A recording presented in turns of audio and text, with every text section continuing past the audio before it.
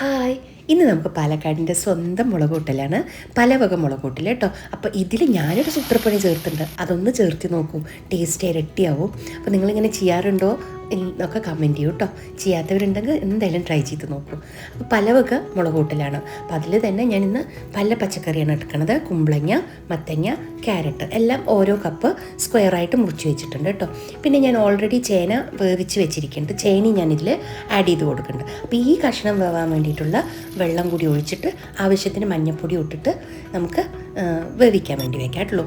അപ്പം ഞാൻ പരിപ്പും പിന്നെ ഒരു കപ്പ് പരിപ്പും ചേനയും ഓൾറെഡി ഞാൻ വേവിച്ച് വെച്ചിട്ടുണ്ട്.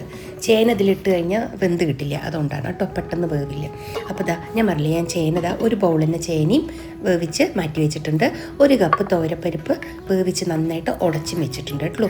ഇതെല്ലാം കൂടെ ഒന്നിച്ചിട്ടിട്ട് കുക്കറിൽ അടിക്കേണ്ട, ആകെ പീനായി പോവും, കുഴഞ്ഞു പോവും. സാധാരണ ചേന ഇതിൽ തന്നെ ഇട്ട് വേവിക്കാറ്, പക്ഷേ ഈ ചേന ഭയങ്കര വേവുള്ള ചേന. കഴിഞ്ഞ പ്രാവശ്യം തന്നെ മോരുകറി ഉണ്ടാക്കുമ്പോൾ ശരിക്കും വട്ടം ചുറ്റിച്ചു. അപ്പോൾ ഞാൻ ഇതിനെ ആദ്യം തന്നെ വേവിച്ചെടുത്തു. എന്നിട്ട് ഞാൻ അതാണ് ഇതിലേക്ക് മറ്റേ കഷ്ണങ്ങൾ വെന്ത് വന്നപ്പോൾ ഈ ചേനയും കൂടെ ആഡ് ചെയ്ത് കൊടുത്തുള്ളൂ. ഇനി നമുക്ക് ആവശ്യത്തിനുള്ള ഉപ്പും കൂടി ചേർത്ത് കൊടുക്കാം. ഇനി ഇത് നന്നായിട്ടൊന്ന് തിളച്ചിട്ടൊന്ന് കുറുക്കി വരട്ടെ കേട്ടോ. അപ്പോൾ നമ്മുടെ പരിപ്പ് വേവിച്ചതും കൂടി നമുക്ക് ചേർത്ത് കൊടുക്കാം. അപ്പോൾ ഞാനൊരു 1/4 കപ്പ് പരിപ്പാണ്, ഇത് എത്ര പരിപ്പാട്ടോ എടുത്തിട്ടുള്ളൂ, അത് നന്നായിട്ട് വേവിച്ചിട്ട് ഉടച്ച് വെച്ചതാണിത്.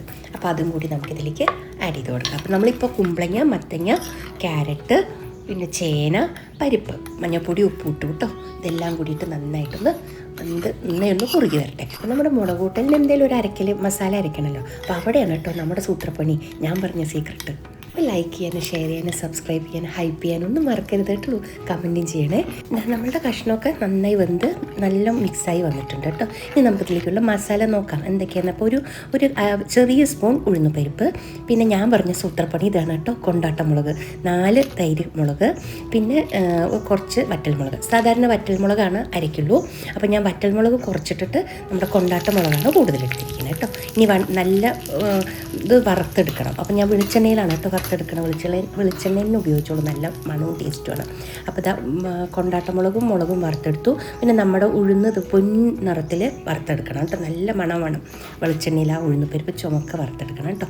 ഇനി നമുക്ക് വേണ്ടത് ഒരു 1/4 കപ്പ് തേങ്ങ ചെരുവിയത് വേണം, അല്ലെങ്കിൽ തേങ്ങാക്കൊത്ത്. ഞാനിവിടെ നാളേരും കൊത്തിയെടുത്തിരിക്കുന്നത്. ഇനി നമ്മുടെ കൊണ്ടാട്ടമുളകും വറ്റൽമുളകും ഉഴുന്നുപരിപ്പും കൂടി വറുത്തില്ലേ, അത് നമുക്ക് നമ്മളുടെ നാളികേരത്തിൻ്റെ കൂടെ ചേർത്തിട്ട് ഒരു 1/4 സ്പൂണ് ജീരകം കൂടി ചേർത്താൽ പറ്റുള്ളൂ. അപ്പോൾ ഇതാണ് നമ്മുടെ സൂത്രപ്പണി. കൊണ്ടാട്ടമുളക് എന്തായാലും ചേർത്തി ട്രൈ ചെയ്ത് നോക്കൂ. ചെയ്യണവരൊക്കെ ഉണ്ടാവട്ടുള്ളൂ, ചെയ്യാത്തവർ എന്തായാലും ട്രൈ ചെയ്ത് നോക്കൂ, കമൻറ്റ് ചെയ്യാനേ.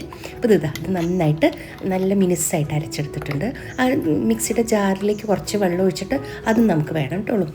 നമ്മുടെ പരിപ്പും കഷ്ണമൊക്കെ നന്നായി വെന്ത് മിക്സായി വന്നിട്ടുണ്ട്. ഇനി നമുക്കതിലേക്ക് നമ്മുടെ അരച്ച് വെച്ചിരിക്കണ ഈ അരപ്പും കൂടി ഒഴിച്ചു കൊടുക്കാം. ആ മിക്സിയുടെ ജാറിൽ ഒഴിച്ച വെള്ളം കൂടി അതിലേക്ക് ചേർത്ത് കൊടുത്തിട്ടുണ്ട് കേട്ടുള്ളൂ. ഒരു പച്ചക്കറി, ഏതെങ്കിലും ഒരു പച്ചക്കറി കൊണ്ട് മാത്രം ഉണ്ടാക്കാം, 2 പച്ചക്കറികൾ കൊണ്ട് ഉണ്ടാക്കാം, ചീര കൊണ്ട് ഉണ്ടാക്കാം, അങ്ങനെ മുരിങ്ങ കൊണ്ട് ഉണ്ടാക്കാം, എല്ലാം കൊണ്ടും മുളക് കൂട്ടൽ ഉണ്ടാക്കാട്ടുള്ളൂ. പക്ഷേ ഈ മിക്സ് വെജിൻ്റെ ഒരു മുളക് കൂട്ടൽ നിങ്ങൾ ട്രൈ ചെയ്തിട്ടില്ലെങ്കിൽ ഒന്ന് ട്രൈ ചെയ്ത് നോക്കൂ. പക്ഷെ പ്രത്യേകിച്ച് എൻ്റെ സൂത്രപ്പണി കൂടി ട്രൈ ചെയ്യണേ, കൊണ്ടാട്ടമുളക് കേട്ടോ. ഇതപ്പോൾ നമ്മുടെ കഷ്ണം നന്നായിട്ട് തിളച്ച് കുറുക്കി വരുന്നുണ്ട്, നല്ല മണമാണിപ്പോൾ. ഇപ്പോൾ നമ്മുടെ കറി നന്നായി തിളച്ചിട്ടുണ്ട്. ഞാൻ 2 കൊത്ത് കരിവേപ്പിൻ്റെ ഇല കൂടി അതിലേക്ക് ഇട്ട് കൊടുത്തിരുന്നു കേട്ടുള്ളൂ. ഇനി നമുക്ക് കറി ഇറക്കി വയ്ക്കാം നന്നായിട്ട് ആവശ്യത്തിന്. ഇനിയിപ്പോൾ ചട്ടിയല്ല, അത് ഇരുന്നൊന്ന് കുറുക്കും. നമ്മൾ മുളക് വറുത്ത വെളിച്ചെണ്ണ ബാക്കിയുണ്ട്, അതിലേക്ക് കുറച്ച് കടുകും കരിവേപ്പിൻ്റെ ഇലയും കൂടിയിട്ട് വറുത്ത് നമുക്ക് ഈ കറിയിലേക്ക് കൊട്ടിക്കൊടുക്കാം. വറ്റൽമുളക് വേണമെങ്കിൽ ചേർത്തിക്കോളൂ. നമ്മൾ ഓൾറെഡി അരച്ച കറി ഞാൻ വറ്റൽമുളക് ചേർത്തിരിക്കുകയായിരുന്നു. അപ്പോൾ നമ്മുടെ കറി ഇപ്പോൾ നന്നായിട്ട് നല്ല സെറ്റായി കുറുക്കി നന്നായി വന്നിട്ട് നല്ല ടേസ്റ്റിയാണ് കേട്ടോ. തൈരിൻ്റെയും ചോറിൻ്റെയും കൂടി കഴിച്ചു നോക്കും. മുളക് കൂട്ടൽ നിങ്ങൾക്ക് അറിയായിരിക്കാമല്ലോ അല്ലേ. അപ്പോൾ ഇങ്ങനെ ഉണ്ടാക്കാറുണ്ടോ എന്ന് എന്തായാലും കമൻറ്റ് ചെയ്യും. അപ്പോൾ നമ്മുടെ കറി നല്ല റെഡി ആയിട്ടുണ്ട്. അപ്പോൾ ശരിയായിട്ടുള്ളൂ, നമുക്ക് നല്ലൊരു വീഡിയോ ആയിട്ട് വീണ്ടും കാണാം. Okay, by.